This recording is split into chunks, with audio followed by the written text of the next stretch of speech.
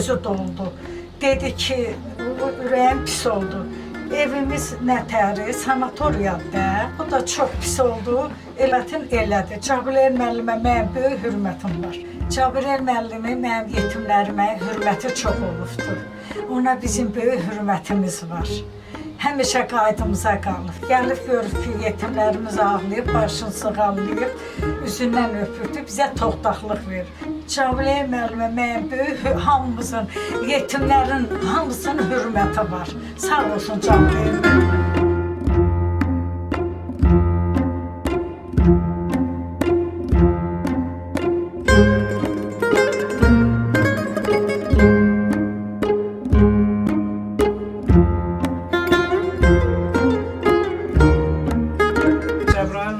Tanışlığımız təxminən 1996-97-ci illərə təsadüf edir və mənim bildiyim qədərilə anamın aynı sıxışını eşidir və anama kömək məqsədi ilə Qızılquma gəlmişdi, bizim məskunlaşdığımız yerə. Və o sırada gücü çatdığından mənəvi və maddi dəstək verərək anamın şəraiti ilə tanış olmuş. Anam o gəldiyi sıralar şəkər xəstəsi idi. Onun dərmanlarının alınmasında, həm ailə şəraitinin müəyyən şeylərin yaxşılaşdırmasında maddi kömək göstərmişdi.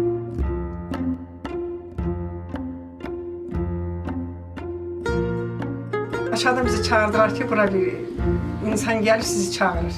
Düşdük aşağı, gördük Cəbrayıl müəllim. Bizə hər tərəfli, maddi, mənəvi, dayaq durdu, kömək elədi, tez-tez gəlirdi, hamının əhvalını xəbər alırdı. Xəstəyə köməklik elirdi, aparırdı xəstəxanaya, malcıya ehtiyac olanlara malcı elətdirirdi. Onlardan da biri, mənim elə o 5 uşaqdan biri oldu, səbirlə apardı, yoxlatdım, nəsə həkimə ehtiyacı var idi.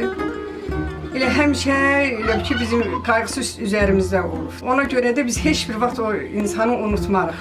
Həmişə ürəyimizdədir, onun elədiyi o dar vaxtı, o pis vəziyyətdəki o bizi yoxlamağı bizim üçün elə bildi ki, dünyadır. Qardaş kimi, bir ata kimi ona çox hörmətimiz var. Elə bir günlə belə də olacaq ölənə qədər, şəxsən mənim öz fikrimlə. Neçələrini aparıb gözünə görə malcı elətdirib, nə bilim, başqa xəstəlik ürəyi olanlara, öldüyü mədəsi olanlara hamısını aparıb çox köməklik edib, hamısından da hamısı da razıdır. İndiyə qədər də heç kim unutmur ki, bu insan hələ biraz gec xəbər tutanda nigaran qalır ki, nə oldu ki, bu gəlib çıxmadı bir də bizi yanımıza, elə bil ki, bizim görməyə. Çox razıyıq, dünyalar qədər biz ondan razıyıq, Allah ondan razı olsun.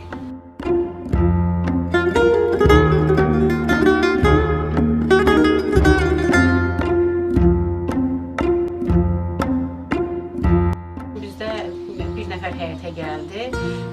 Biz çağırdı ki, Xocalılardan burada kimlər varsa gəlsinlər mənim yanıma. Biz getdik, dedi ki, həmin kişi ağlaya-ağlaya dedi ki, mən bu gecə verilişə baxmışam.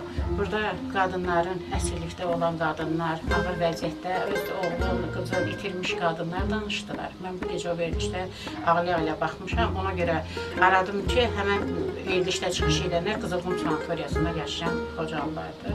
Gəldi, bizlə görüşdü. Yəni, yenə də deyirəm, o bizə həm düzdür, maddi də köməklik elədi. Maddiyyatdan da çox bizə mənəvi dayaq oldu. Bizə hər dəfə deyirdi ki, güclü olun, bu işlərin sonu geçdi, hər şey yaxşı olacaq. Yəni, bizə bir dayaq oldu. O vaxtı biz yenə hamı meşədə gəlmiş, yaralı, pis vəziyyətdə ağır xəstəlik keçirmiş insanlardır. Hamı xəstədir burada. Bizə çox köməklik elədi. Nə qədər insanın burada özünün öz qüvvəsi ilə heç bir tərəfdən ona kömək olmadan öz gücünə bizə həkim briqadası gətirdi. Burada bəlkə gələn həkim briqadası 30-40 nəfərə deyirdi ki, mən baxacam. Amma onun xahişinə görə gələnlər həmən günü bəlkə də 100 nəfər insana burada Xocalıda baxdılar. Onlara yazılmış reseptləri, dərmanları, yenə də deyirəm, Cəbrayıl müəllim öz gücünə, özünün öz şəxsi hesabı ilə bizə burada həmən insanların dərmanlarını da, reseptlərini, dərmanlarını da alıb gətirib verdi. 2-3 nəfəri burada əməliyyat elətdirdi öz şəxsi hesabına. Yəni o da heç bir yerdən bir köməklikdir, gözləmirdi. Yəni deyir ki, insanlıq naminə. Yəni o vaxt o bizə onu göstərmək istəyirdi ki, hamı pis deyil. Yəni siz öz ümidinizi itirməyin. Yəni bilin ki, sizə dayaq olan insanlar var. Bunun özü də bir böyük işidir ki, bizim o gələcəyə olan ümidimizi, insanlığın itmədiyin bizə göstərdi ki, yəni insanlıq ölməyibdir.